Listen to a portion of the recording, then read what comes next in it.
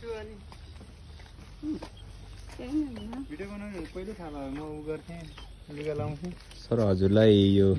gift आएको छ ल यो कसले पठाउनु भएको होला हजुरलाई यो गिफ्ट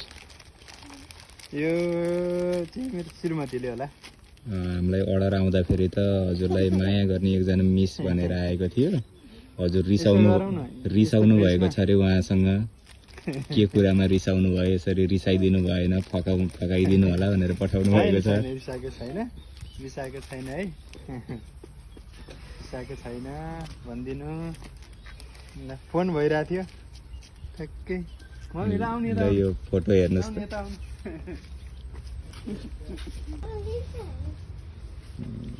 अरू केही भन्न चाहनुहुन्छ उहाँले ल धेरै धेरै धन्यवाद भन्छु टाढा छ होइन ह्यापी बर्थडे हजुरलाई धन्यवाद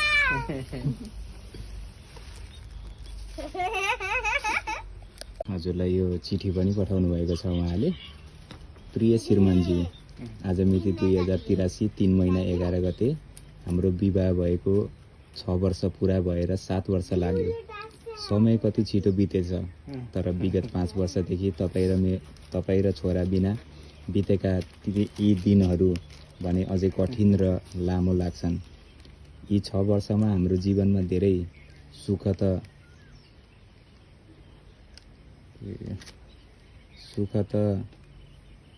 नभनौँ तर दुःख र उतार चढाव भने अवश्य धेरै नै आएका छन् अब भने अवश्य सुखका दिनहरू आउनेछन् भन्ने आशा छ र भरोसा छ तर कहिलेकाहीँ भने यो दूरीले यो मन खाएको छ तर हाम्रो यो माया विश्वास र सानोतिनो झगडाले भने यो सम्बन्धमा मिठास ल्याइरहेको छ तर विगतमा हाम्रो सम्बन्ध तोड्न धेरैले कोसिस गरेका थिए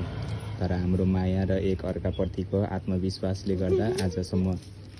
जति नै ठुला चुनौती आए पनि हाम्रो सम्बन्ध अझै बलियो हुँदै गएको छ आशा र भरोसा छ यो सम्बन्ध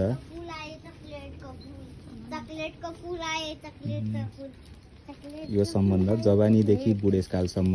यसरी नै रहोस् अनि आजको दिन म मेरो छोरा मेरो श्रीमान र मलाई जन्म दिने मेरी आमासँग माफ माग्छु मैले सही गरेँ कि गलत थाहा छैन तर त्यो सानो दुधे बालकलाई छोडेर परदेश आए तर मेरो जिम्मेवारी सबै मेरी आमाले गरिदिनु भयो त्यसको लागि धन्यवाद